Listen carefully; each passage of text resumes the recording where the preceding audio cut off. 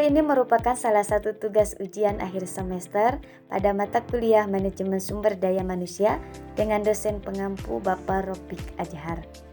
Yang mana video ini berisikan tanya jawab mengenai tentang isu-isu pendidikan dan masalah pendidikan.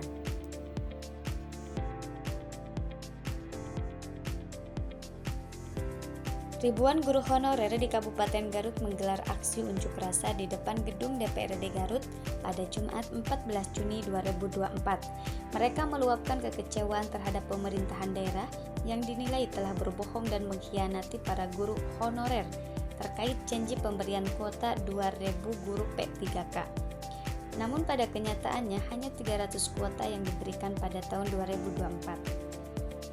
Pertanyaannya, coba jelaskan apa dan bagaimana persoalan yang dihadapi dari berita dan kasus di atas dalam perspektif pengembangan manajemen sumber daya manusia pendidikan sebagai upaya peningkatan mutu pendidikan dari mulai evaluasi kinerja, merancang sistem, dan proses pengembangan karir, serta pengembangan kapasitas, kapabilitas, serta performa sumber daya insan pendidikan.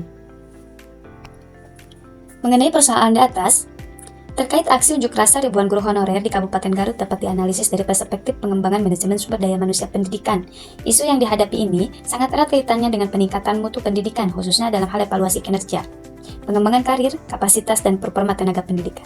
Oleh sebab itu, penjelasan menyeluruh dalam beberapa aspek akan dibahas sebagai berikut. Pertama, mengenai tentang evaluasi kinerja. Dalam manajemen sumber daya manusia pendidikan, evaluasi kinerja guru itu sangat penting untuk memastikan kualitas pendidikan yang diberikan.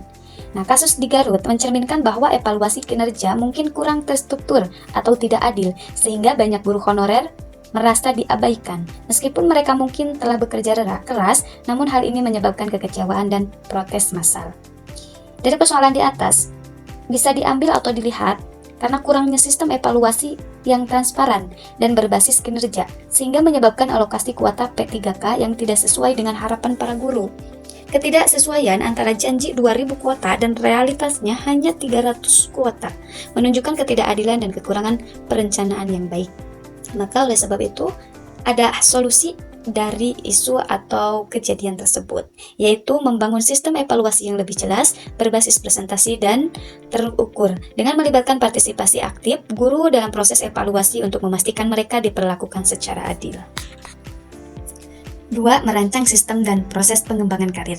Pengembangan karir dalam sektor pendidikan itu sangat krusial untuk memotivasi guru, termasuk guru honorer. Karena kasus ini itu dapat menyoroti ketidakjelasan dalam sistem karir bagi guru honorer, di mana mereka dijanjikan peningkatan status melalui P3K, namun tidak terpenuhi sesuai janjinya. Maka, diambil persoalan dari atas, guru honorer yang merasa tidak memiliki prospek karir yang jelas atau kesempatan yang adil untuk beralih status menjadi P3K atau ASN, dapat mengalami demotivasi yang berdampak pada kualitas pendidikan. Solusinya, pemerintah daerah perlu menciptakan jalur karir yang transparan dan berkelanjutan bagi guru honorer dengan mengembangkan program pengangkatan yang terencana dan adil, bisa berupa mekanisme yang jelas tentang bagaimana guru dapat bertransisi dari status honorer ke P3K, maka berdasarkan prestasi dan kebutuhan daerah. Kemudian ada pengembangan kapasitas dan kapabilitas guru. Peningkatan mutu pendidikan sangat tergantung pada kemampuan dan kapabilitas guru.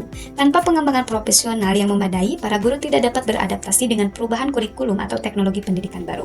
Dari persoalan di atas, kasus ini mengungkapkan bahwa para guru honorer itu mungkin belum mendapatkan pengembangan kapasitas yang memadai, sehingga mereka kurang dihargai dan sulit berkompetensi dengan guru yang lebih berpengalaman dalam mendapatkan kuota P3K.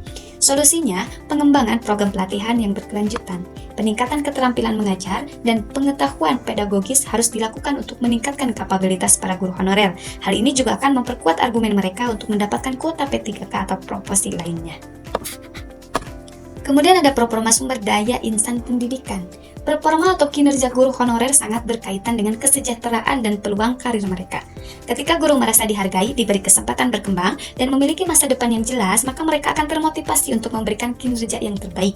Persoalan dari hal di atas, yaitu guru honorer yang merasa dikhianati atau diperlakukan tidak adil cenderung memiliki performa yang lebih rendah, yang pada akhirnya akan berdampak negatif pada proses pembelajaran dan kualitas pendidikan di daerah tersebut.